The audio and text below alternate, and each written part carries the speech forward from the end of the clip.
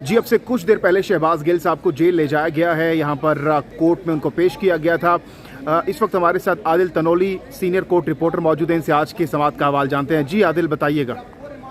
जहांगीर साहब बहुत शुक्रिया। आज देखें जी, 2 रोज़ा जिस्मानी रिमांड मुकम्मल होने के बाद डॉक्टर शहबाज गिल को एक बार फिर जुडिशल मजिस्ट्रेट मलक अमान की अदालत में पेश किया गया है। गुज़श्ता समाअत पर अदालत की जानिब से हुक्म दिया गया था कि जो तफ्तीश की जाए और उसके साथ मुलज़िम का मेडिकल रिपोर्ट जो है वो जमा करवाने की हिदायत की गई थी। सबसे पहले जो केस के तफ्तीशी हैं यानी प्रोसिक्यूशन की जानिब से अदालत में वो मेडिकल रिपोर्ट उनकी और अब तक जो तफ्तीश गुज़श्ता 48 घंटे में इस्लामाबाद पुलिस की जानिब से की गई है वो अदालत के सामने रखी गई है। अदालत में उसका जायज़ा लेने के बाद जब दलाइल का आगाज़ हुआ, प्रोसिक्यूशन की जानिब से 7 रोज़ा जिस्मानी रिमांड की इस्तदा की गई है, जिस पर वकला सफ़ाई की जानिब से मुखालफत कर दी गई और कहा कि गुज़श्ता 16 दिन से इस्लामाबाद पुलिस के पास है मुलज़िम, अब तक जो चीज़ें बरामद करनी थी वो कर चुके हैं। प्रोसिक्यूशन की जानिब से अदालत में दलाइल देते हुए बताया गया है कि जो मोबाइल फ़ोन शहबाज गिल के इस्तेमाल में था, मकसूद है कि उसको बरामद करना है। इसके अलावा मुलज़िम का पॉलीग्राफिक टेस्ट भी करवाना है, जिस पर मुअज़्ज़ज़ अदालत की जानिब से इस्तफ़सार किया गया कि इससे पहले जब आपने रिमांड की इस्तदा की गई तो उसमें पॉलीग्राफिक टेस्ट का नहीं कहा गया था। जब रिमांड मुअत्तल हुआ था उसके बाद ये रिमांड दोबारा, क्योंकि जब रिमांड मुअत्तल किया गया वो इस बुनियाद पर मुअत्तल किया गया कि शहबाज गिल जो हैं वो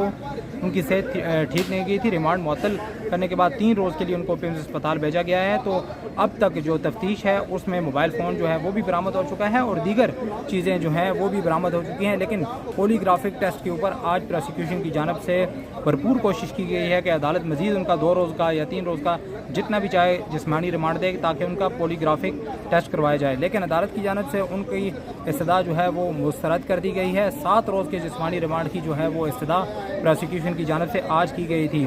दिलचस्प बात यह है कि उस वक्त जो वकील हैं फैसल चौधरी, उनकी जानिब से अदालत को बताया गया है कि गुज़श्ता 16 रोज़ से मुलज़िम शहबाज गिल जो है वो इस्लामाबाद पुलिस की कस्टडी में है। अब तक इनको ये नहीं मालूम कि पॉलीग्राफिक टेस्ट कहाँ से करवाना है, लिहाजा आज मुलज़िम को जुडिशल रिमांड पर जेल भेज दिया जाए। तो ये सारी बातें हुई हैं कमरा अदालत के अंदर। और इसके अलावा वकला सफ़ाई और प्रोसिक्यूशन के दरमियान नोक झोंक भी हुई है काफ़ी, जिस पर प्रोसिक्यूटर की जानिब से अदालत से इस्तफ़सार किया गया है। अगर वकला सफ़ाई इसी तरह का रवैया रखेंगे तो मैं मज़ीद दलाइल नहीं दे सकूँगा, क्योंकि रिजवान अब्बासी ने गुज़श्ता समाअत पर बड़े ठोस किस्म के दलाइल दिए हैं, जिसकी बिना पर अदालत ने उन्हें 48 घंटे के लिए इस्लामाबाद पुलिस के हवाले मुलज़िम शहबाज गिल को किया और उनसे अब तक जो बरामदगी है सेटेलाइट फ़ोन और दीगर जो चीज़ें हैं उस हवाले से अदालत को बताया गया है।